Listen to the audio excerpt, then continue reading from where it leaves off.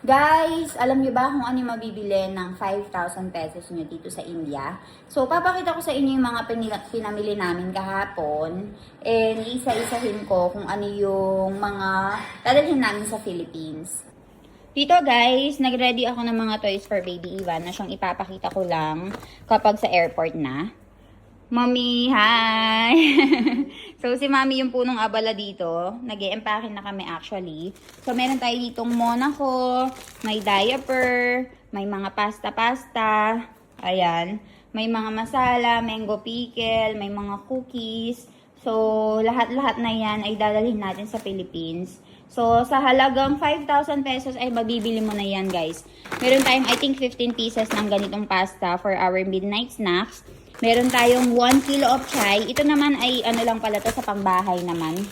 Meron tayong 5 kilo ng salt. Ayan.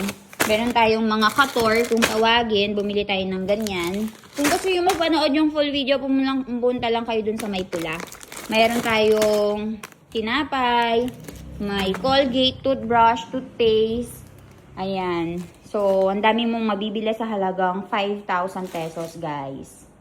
Sa India guys, kapag tinatamad kang magluto, ay meron silang parang easy way ba para makakain ka pa rin. At the same time, ay parang nagluto din yung nanay mo. So papakita ko sa inyo. Dahil nga magiging busy kami sa Philippines, baka ay wala na nga akong time na masyado makapagluto para kay Milan. So ang sabi ni Mommy, bumili ka ng mga easy can. Kung parang sardina sa atin, meron silang alternative. Papakita ko sa inyo. Dito kasi sa India guys, wala silang mga sardinas. Pero meron silang ganito guys. So, meron silang mga packet na ganito which in only add hot water. Tapos ilagay mo lang siya sa oven. So, magiging pagkain na siya. So, sardinas para siyang alternative ng sardinas. So, meron siyang dal makhni, may paneer butter masala. Bumili kami ng 12 ganito. Dal makhni, tapos meron pang Punjabi chole. So, bumili kami ng 12 pieces. Ayan. Ang mga Indiado guys ay mahilig sila sa mga pickle. Pero dito sa India may mga different types of pickle. So, papakita ko sa inyo. Ito yung Chana Meti Mango.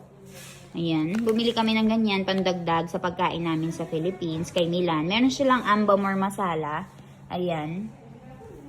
Yan yung pinagsa-side dish nila sa mga pagkain nila. O, bumili kami ng ganito kasi gustong-gusto ni Milan itong ambamor masala. Meron tayo ditong garlic, chana, meti, mango combination. And also, gagawa pa si Mami ng homemade. So, marami kaming mga athanon na dadalhin. Meron tayong chutney, nimbu chutney kapag gusto namin gumawa ng bell. And also, itong sampalok chutney. Tapos, meron tayo ditong maanghang na chili pickle. And itong garlic chutney. I think dalawa yung chili pickle natin, guys. So, yan yung mga babaunin namin ng mga pickle sa Pilipinas. So, ito yung usually bag na dinadala namin ni Mommy kapag, ni Milan, kapag uwi kami ng Philippines, guys. Kasi usually ang mga pagkain namin ay marami talaga. So, papakita ni Mommy kung paano i-open to, oh. In case na magkulangan kami ng mga lalagyanan, papakita niya, oh. Same size lang din nito, pero ito ay natutupi. So, ayan guys, pinapakita ni Mommy, oh. Kung sakali man na gusto mo nang mag-extra luggage, ayaw mo ng malaking ano, o, di ba? Bongga siya, di ba? Mami, kailan nawawi, ah? So, ito ay nasa 700 pesos lang. So, 1,200 rupees or 700 pesos. Kaya, imbis na yung mga malalaking mga luggage yung dinadala namin, ganyan yung gusto namin dinadala ni Milan, para ay marami nga kaming malagyan. Mapaglagyan, o, di ba? Ang ganda.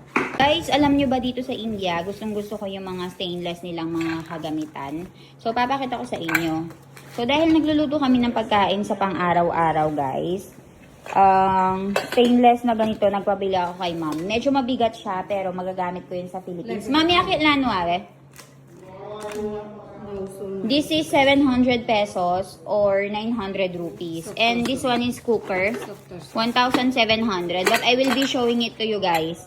Ayan, no? Steel. Stainless steel pure. Mami, kolya pa. Yo. See, guys, good for 2 to 3 people. Sa dadalhin ko yan sa Philippines. Pure na pure, hindi nangangalawang, guys. So, ayan.